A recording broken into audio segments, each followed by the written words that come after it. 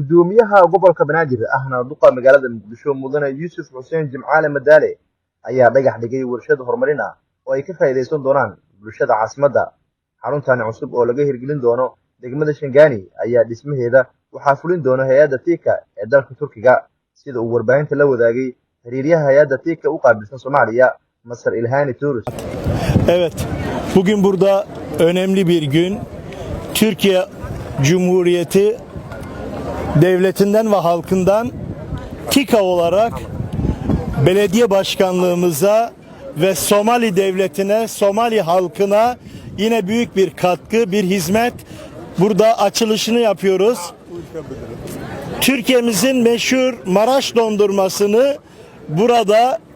üretmeye ve burada üreteceğimiz Maraş dondurmasının temelini atıyoruz. Gudoomiyaha gobolka Banaadir ahna duqa magaalada Muqdisho mudane Yuusuf Xuseen Jimcaale Madaale ayaa dowladda Turkiga iyo shacabkeeda uga mahadceliyay sida hagar la'aanta oo ay had iyo jeer u garab taagan yihiin dib u dhiska dalkeena iyo horumarinta adeegyada bulshada.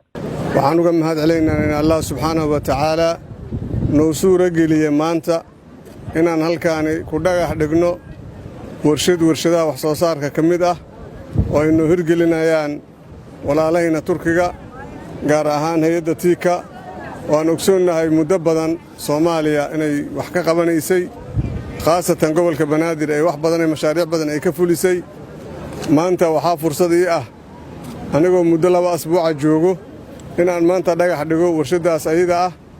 marka mar labaad iyo mar saddexaad waxaan leeyahay way ku maasan yihiin walaalahayna Turkiga oo mar kastaba hil iyo hoobna la garab taagan oo mar kastaba dadkayna wax muuqda u qabanayo oo la taaba karo oo waxooda aan ahayn cala alhawaa iyo huwa aan ahayn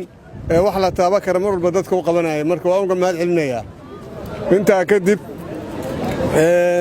runtii waxaa ka faa'iideysan doono da'da Soomaaliyeed iyo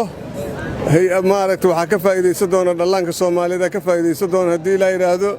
waxaa qayb ka qaadan doono xoolaha dadka dhaqdo oo maaragtay laftirkooda qayb ka qaadan doono oo caanahoodii halkan wax lagu sameey doona